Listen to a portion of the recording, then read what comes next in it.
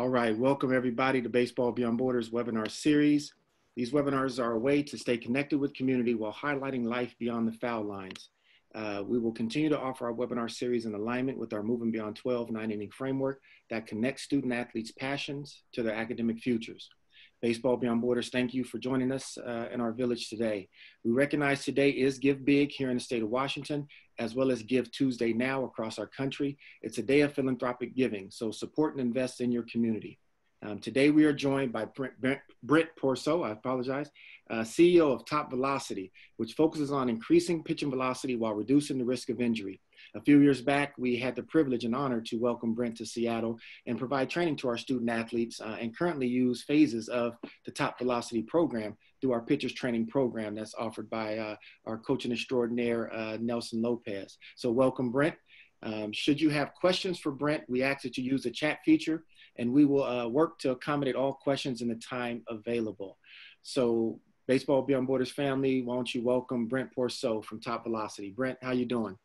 Good, man. Thank you, Bucky. Really excited. Love you guys. Enjoyed my time out there in Washington with y'all. Miss it. That was a lot of fun. Good. Well, take it away. I know you have a presentation that you're going to show, so yep. We'll lean on your expertise here. All right. I'm going to share my screen, get started. And here we go. Can you see my logo? Yep. All right. So next slide. A little bit about me, guys. So I developed TopVelocity in response to my career. So I was a pitcher.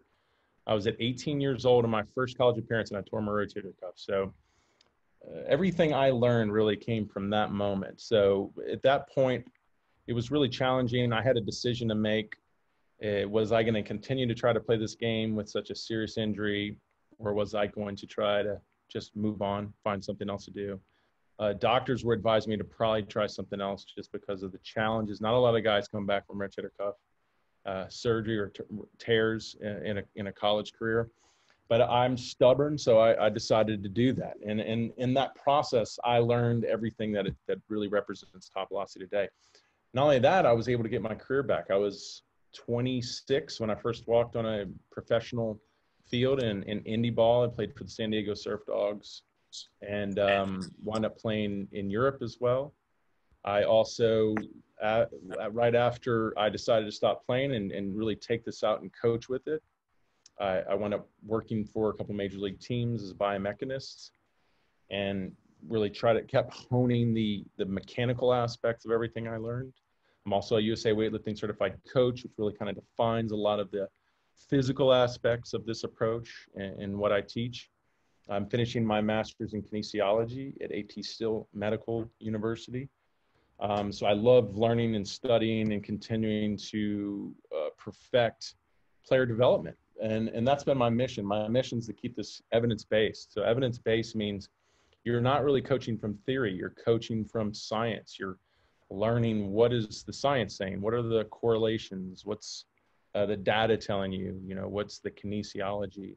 So I vowed to stay in that method because it really kind of takes the theory out. It takes a lot of the debate is still there, but you're still trying to get a lot of, hey, this is what I did for me out, and you're trying to understand actually how it works using science. So that's what I want to focus on here. I want to focus on teaching you guys really what develops healthy throwing athletes. And unfortunately, baseball doesn't have still the best understanding of it. We're getting better. Specifically, we look back at least a decade ago, you see a dramatic evolution in the understanding of what develops healthy throwing athletes. But I want to continue to push more of this information out there. So hopefully I can get this to you without boring you too much. So let's knock it out.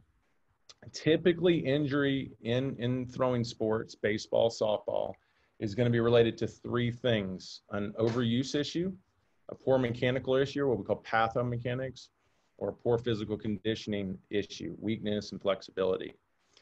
I usually say don't pick one. They're usually all three, maybe one more than the other, but usually all three. And the number one, overuse, is really the one, and the other two are influencing the overuse issue. So let's look at the overuse issue.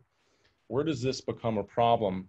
If we look at the studies here, it shows the odds of injury due to overuse.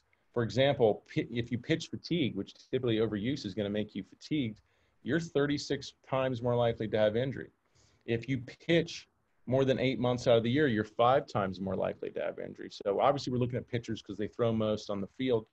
If you play in 2 travels or 2 baseball teams or 2 baseball leagues, you're 5 times more likely. If you play travel ball, you're 4 times more likely. If you're a pitcher-catcher combo, you're almost 3 times more likely. So we really see that the more often you're throwing, you're increasing your chances of injury.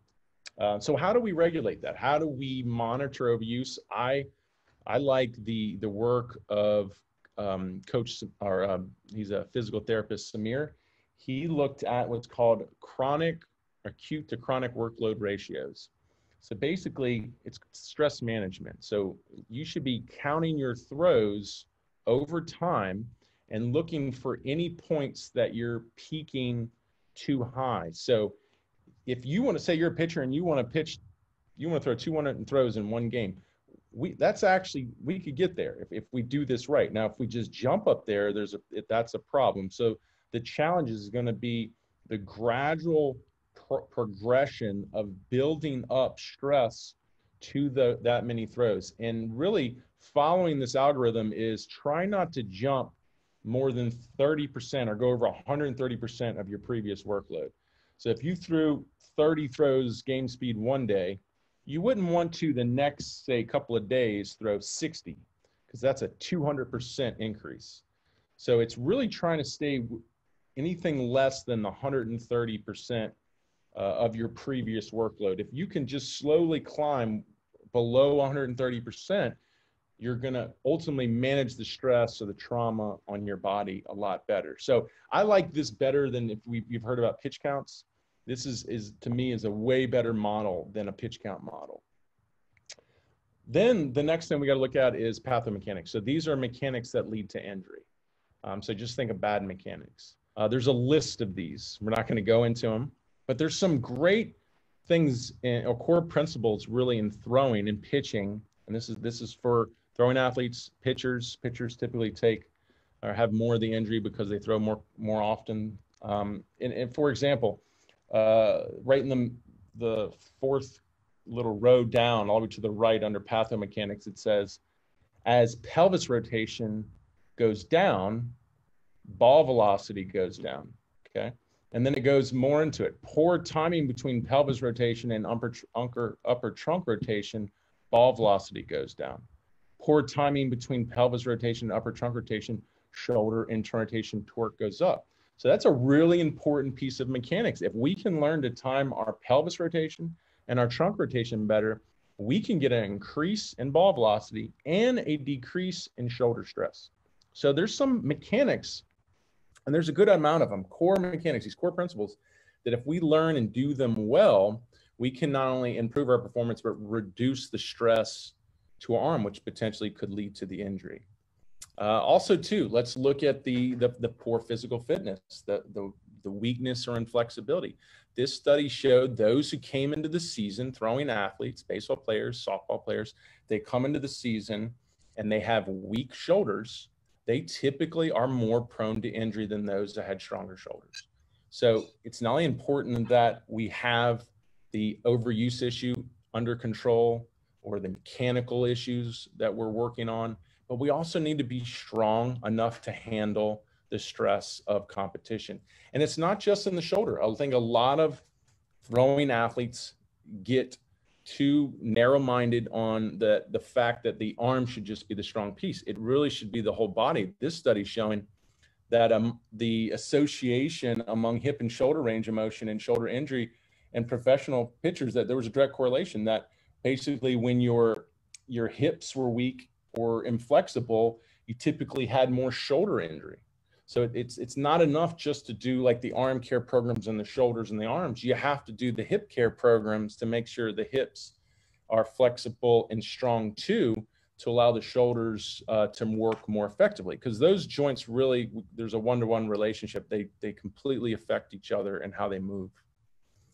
So what's the key here? What's the key? Once you understand the three big problems in development, player development, what's the key? The key, I believe, the best method is the kinetic chain method. So what's the kinetic chain? That's like taking the skeleton, as you can see here, and connecting it, each joint. So the chain is the connection of each joint through the whole system, kind of like a whip, or sometimes it kind of makes more sense like a bunch of nunchucks connected together. That's the kinetic chain. Learning how the whole system works together is really what we're talking about here.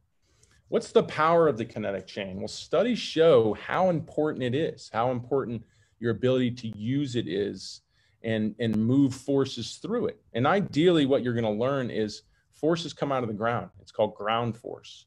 And if with the kinetic chain, to effectively move that energy through it from the ground is very important, to where these two scientists, Kibler and Chandler, they calculated that a 20% decrease in kinetic energy, so that's the energy going through the kinetic chain, a 20% decrease in that energy that is being delivered from the hip and the trunk to the arm, so that's the energy going up, it requires a 34% increase in the rotational velocity of the shoulder just to keep the same force to the hand. So if you're losing that ground up energy going through the kinetic chain, if you're losing, say, 20% coming up through the hip and trunk, you have to overcompensate almost by twice the amount of energy. You're jumping to 34 now from 20 in the rotational velocity of the shoulder just to keep the same force of the hand. So when you start understanding how this system works, then you start realizing, wow, if that's the case, if I'm failing in my lower half,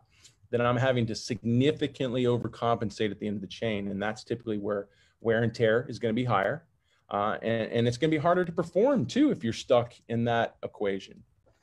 So let's talk about that. How do we not allow that? How do we improve this negative to where if we lose this energy? And it's all about sequencing. It's all about how do we sequence each segment, each joint, each movement up the kinetic chain. And it really moves like a wave once you start to learn it. And I'll show you good sequencing. But if we have improper sequencing, which goes along with the Kibler and Chandler study, it has a direct correlation to injury. So this study found that improper sequencing of the kinetic chain put more forces on the arm. And so let's look at proper sequencing. So this is proper sequencing. We use a motion capture system called 4D Motion. It's actually a pretty cheap, affordable system any coach can use. And you'll see here, all these lines going off. These are peaks and speeds of each segment. So the red line is the hips peaking in rotation. The green and blue line that comes after that is the trunk and glove side peaking in rotation. And then the yellow is going off. That's the forearm or the throwing arm. So what you see is that wave. It's like a little wave coming into the beach. You see the red line going first, then the green and blue line going next, and then later on the yellow line goes. That's a proper sequencing. You see that wave moving up the kinetic chain.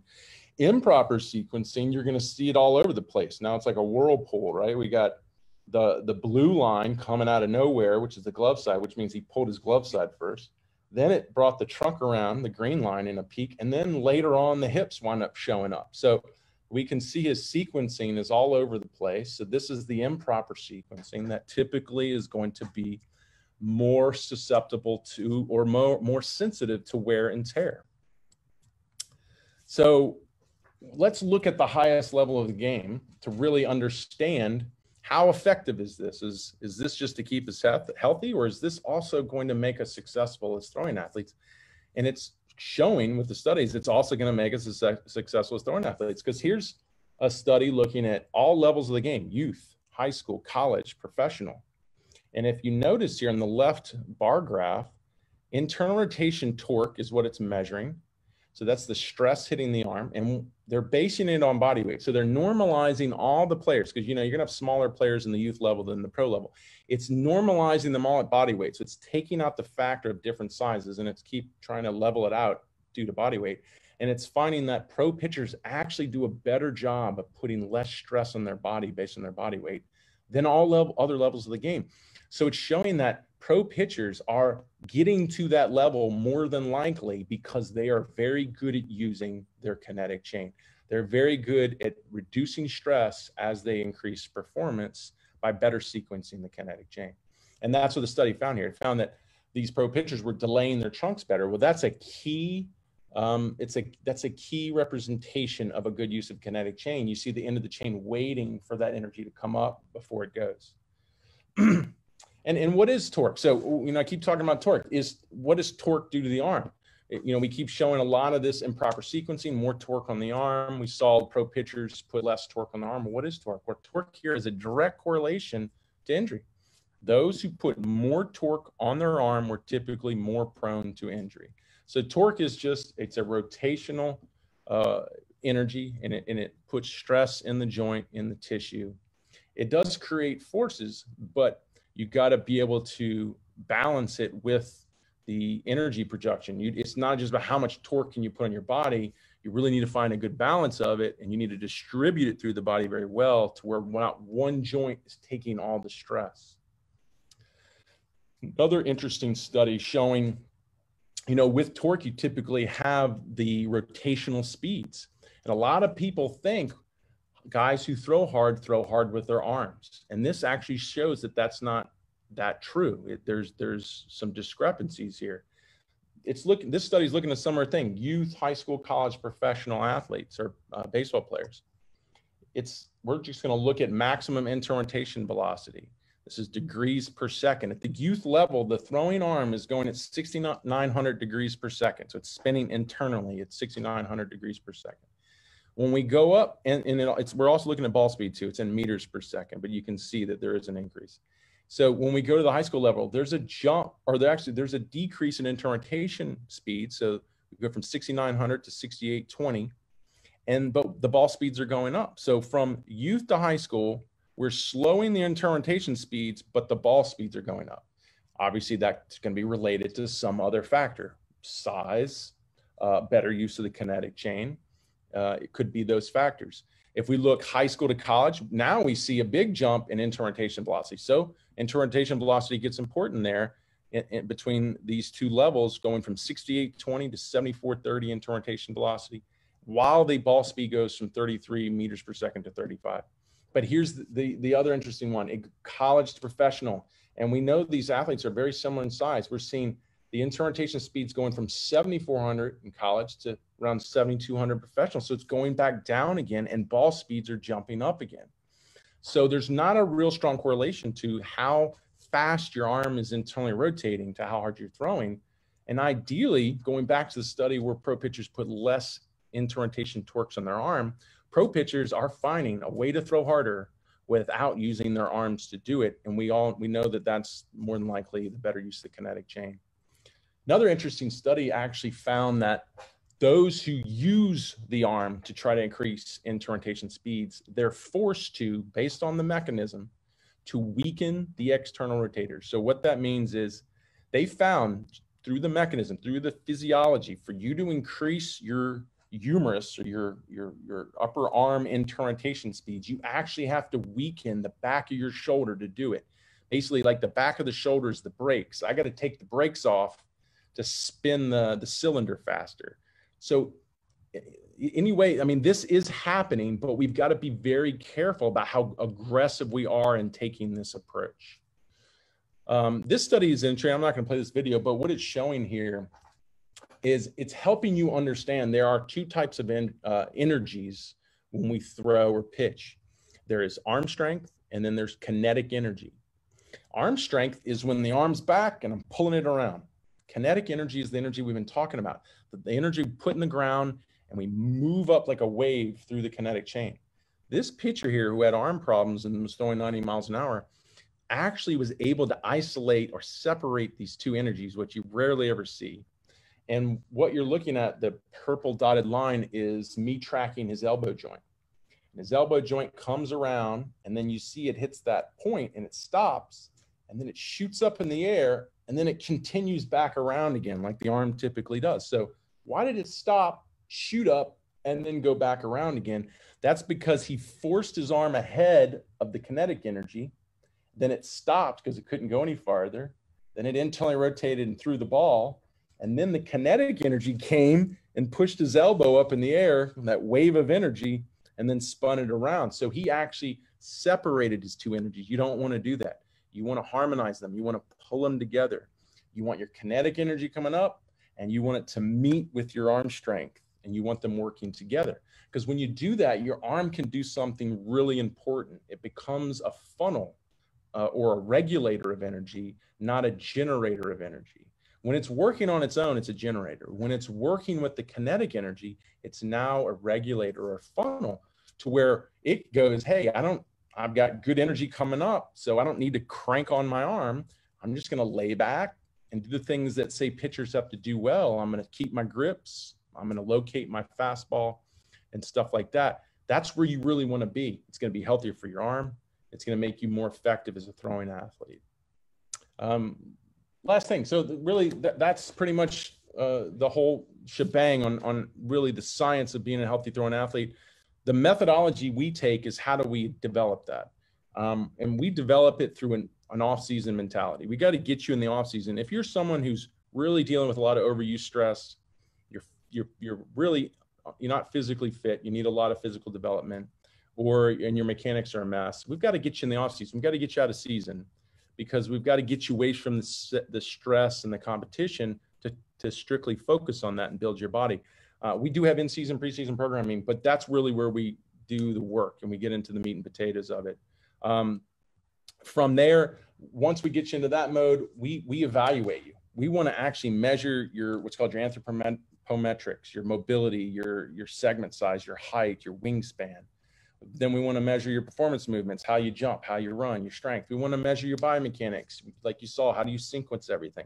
And we're going to show you how all this works, like how the body's anatomy is affecting your biomechanics, because it's not just in your mechanics. It's in this body you're wearing, and this thing's affecting how you move. So we've got to fix that.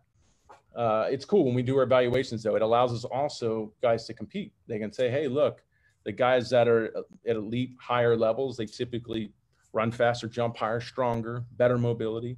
It also gives you something you can compete with. We also do our own science. We take our own data, we run correlations. We find a lot of the same things that we study in third-party research. And we take an Olympic approach. So we're very kind of out of the box. We believe in an Olympic approach. It's an Olympic lifting approach. We go through why studies show it is one of the most effective ways to enhance power and teaching the kinetic chain, or use of the kinetic chain. We also talk about how, if supervised, it's actually very safe in supervision. So I can go over the science of the health of it. It's actually even healthy for young athletes. Also, the things you learn in our methods is our 2-pound medicine ball system. It's a proprietary system. You might have seen it on social media. It's our way of using the overload principle without putting stress on the arm. It actually, and the way we do it with 2 hands, it takes stress off the arm and allows you to teach the body, the legs and core better.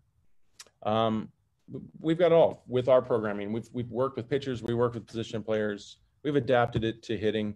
It's just the same thing. We're trying to teach evidence-based, the kinetic chain, how to be healthy, how to use the science, and really do this correctly. And if you want to find more about us, we're on social media. But I'm going to jump into some Q&A with Bookie and Liz, and I hope I didn't lose too many of you guys.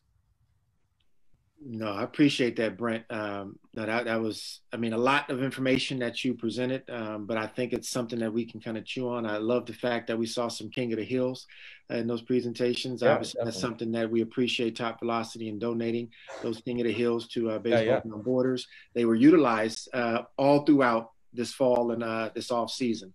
In addition to Lopez trying to create a leaderboard to support some of these guys and how the program is manifesting. So I do want to just make sure that there's some questions. Feel free to use the chat feature.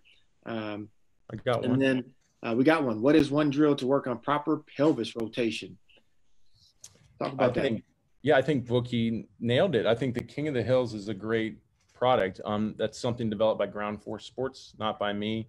Rich Duno was the creator. I really love what he does. He hand makes everything, but it's a ground force trainer that teaches you how to interact with the ground. And the reason it works with pelvis rotation is the force out of the ground is going to the first thing it's going to rotate through, or it's going to push through, is that pelvis. So when you learn how the feet need to work, how they sync up and move, and how they create force out of your back leg push, your front leg stability, and how those interactions between your back leg and your front leg actually swivel and push the hips around, that is key. It's not easy, it's challenging, but just getting that ground force trainer out and trying to pop it while you're moving forward and popping it into your throws, it blows your mind if you've never done it before, because you start connecting with your feet. And I think when you can take an athlete and you can get him to consciously connect with his feet and how he's interacting and how that's moving the kinetic chain,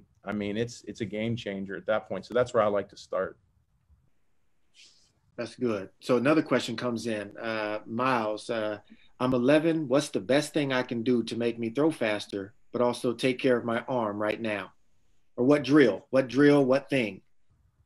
Yeah, I mean, it really is embracing those three key concepts of, you need to get better at managing overuse, which is, like we said, not counting your throws every day, just all your throws. Don't double your throws all of a sudden one day. Really stay within 130% of your previous workload. Also, too, don't get too much of a rest there. A lot of guys will be like, oh, my arm's sore, I'm not going to throw for 2 weeks. And then they jump back in and throw 60 throws. You know, that's your body was used to no throws. So you got to start slow again and build up. So let's try to get better at managing stress. Don't make dramatic jumps. Just walk out and double up your throws. And be careful with showcases. When we'll do that with showcases, in the week, maybe we just throw in our drills 30, 40 throws, and then all of a sudden we're in a showcase for the weekend, we throw 200 throws in 2 days. You know, you can't make those big jumps. So let's manage our stress better. Let's learn better mechanics. Like, you need to start at 11, start learning some core principles, learn the kinetic chain. Hey, how do these hips move my trunk? Oh, my hips go first, then my trunk goes. Let's see if I can just kind of emulate that. You can emulate that without a ball. Can I cock my arm, open my hip as I keep my shoulders closed, and then throw my upper body?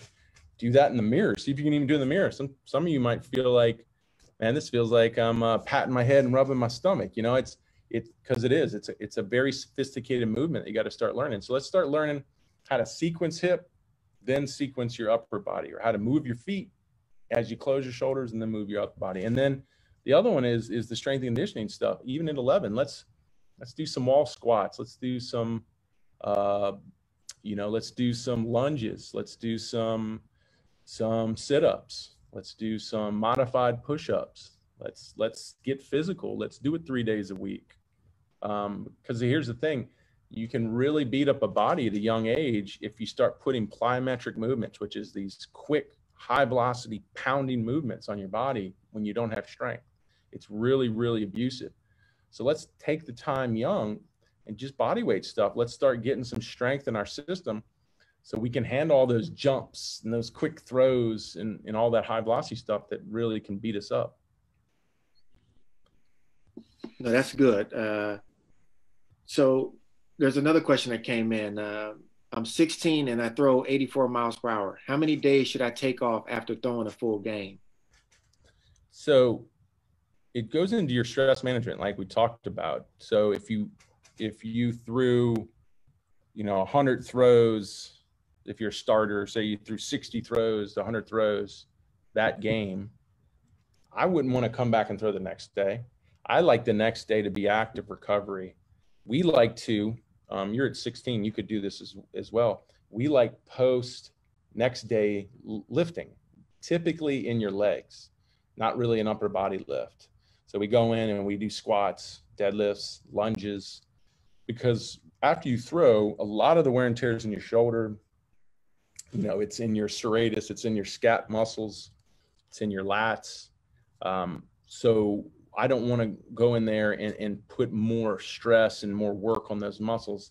I want to go hit these big muscles in my thighs and my core, because if I break those down on top of that, then your body goes, hey man, we got a lot of healing to do.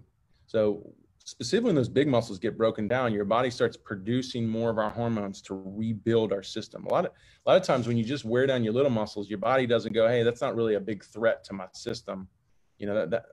I don't have to overdo it. I'll just let them naturally heal or over time heal. But if you go in there, man, you just break it all down. Your body's like, I'm ready to heal. And also too, nutrition. Nutrition is huge. I think a lot of young kids don't understand nutrition. You need all that post-game fluid because your body's been depleted. You need that post-game, all those minerals and vitamins that you should be getting from a good meal, a good, vegetables and lean beef meal. But at the same time too, go do that and then have a protein shake, or what we call super shakes. Throw in some frozen, fruit in there. Throw in some spinach. Throw in some yogurt, and build up a good nutritious shake on top of your meal, with all the water and fluid, and just give the body the nutrients, the building blocks to heal, because that's really what it needs when you put it through all the stress of competition. So, you said something without saying it, right? Recovery. And I think when given the state of where we're at today as a community, we've been deprived of baseball. But all of a sudden, we're going to restart baseball in a month, or for some, it may be 2 months. And there's going to be a limited window of time to actually play games. And we're going to see overstress and overuse of arms because of this need of tournament after tournaments to games after games wanting to be played. What are you recommending for coaches and even players to be able to say, you know what, I need an active recovery period. And that means that I may not be able to pick up a ball in a doubleheader. I may not be able to play the next day just simply because of the arm care. Yeah, I mean, we've got to put the responsibility on the coaches, and we just need to tell the players to manage your own career, because be careful putting your hands in a coach that might not have the education to really understand how to take care of you. So, but still, we put the responsibility on the coaches to not throw these guys in the fire. The pitchers need to start off with a few bullpens for a couple of weeks, start off with a 1-inning start, and slowly progress. That goes into that stress management thing. Also, too, the players right now that aren't in their backyards doing the drills, like I said, if you need programming, we have it. You need some type of strength and conditioning programming, some drill programming, working on your mechanics. If you're not doing that right now, you're not taking advantage of there really is a great opportunity in all this. There's always a silver lining. The great opportunity in this is it gives you time to yourself to improve what you love, and it's the game, and physically prepare yourself for the next level that you want to play at. Now is your time. You don't have all these distractions of I got to be here for this event, my parents are going on vacation, all that stuff. Stop. Now you have all this time to just sit here and think about what do you need to do to yourself to get yourself to the next level, and you should be applying this right now. So when that league does start back up and all the chaos starts spinning and everything starts going again, you got a new foundation that you've never had. And unfortunately in baseball, that typically would happen to a kid like it happened to me. They wouldn't take the time to go, hey, how can I more physically prepare myself, mentally prepare myself, spiritually prepare myself for that next level? A lot of kids wouldn't do that in their careers until they had a serious injury like I had. Then they go, oh, I got hurt. I need to do this better. And then they take that. I'm praying that this COVID-19 gave all these kids that opportunity to go, all right, this is my time. I got all this time. Who knows what's going to happen? What can I do to better prepare myself? Because that's all I can do. So I'm hoping that they took advantage of that. That's good. Lopez, you got anything for Brent? No, he covered most of the stuff. I know many kids always want one thing. Tell me one thing so I can throw better. But I know it's a whole chain of events that have to happen. But if you remember when you were 11 or 12, Brett, and the stuff you know now, you probably already explained it. But what can you tell these kids at 11, 12, 13? It's hard because it's just overwhelming, and you got to, at the end of the day, you got to sit down. It's hard to do it to a young kid, but the kids get older, I do it to them. You got to sit them down and go, why are you playing baseball? Are you playing it just because your buddies are? Is it a social event? Does it just get you out of the house? Or if you're playing it because it's a passion, it's a love, it's something that you really could see you living your life through. You're going to learn. You learn through the game. That's the best thing about a game. If you really love this game, it will teach you everything. So if it's that passion and that love, And that's why you're playing this game. Now it's time to be a student of the game. Now it's time to go, just like school, just like something, my career, I want to learn this and truly understand it and get everything I can out of it. I mean, for me, it's taught me my health. It's taught me relationships. It's taught me spirituality. I mean, to me, it's delivered me anything and everything I could have asked for. And it has that power to do that. So if that's you, if it's your passion and your love, it's time to become a student. And you're lucky, man. Couldn't be a better time. And I know Bookie and you will say the same. Couldn't be a better time for a student of baseball to be ready to learn, because there's so much information to learn. At the end of the day, it comes down to what's the better information. And that's where I believe it's got to be evidence-based. You really need to get into the science and really understand the science behind it. But you got to ask that question. Why did you pick baseball? And where do you want to go with it? You know? There's two more questions, Brent, before we get off. One asks, my stride is 105% of my height, but I had coaches and other people saying that my stride is too long. Is it? It's a good question. So, stride length, if we look at high velocity pitchers, stride length, they typically have long strides. Not all of them, but on the majorities will have long strides. Getting 105% of their height, that's getting a little extreme. And I can see what coaches are saying. At the end of the day, it's kind of like, you want to squat 400 pounds one day. So you just put 300 on the bar and the coach is seeing you falling all over the place. It's not that he doesn't want you doing 300 pounds. He just wants you doing it when you can handle it. It's not that your coach doesn't want you striding that far, because it gets you closer to the hitter. It starts really helping you.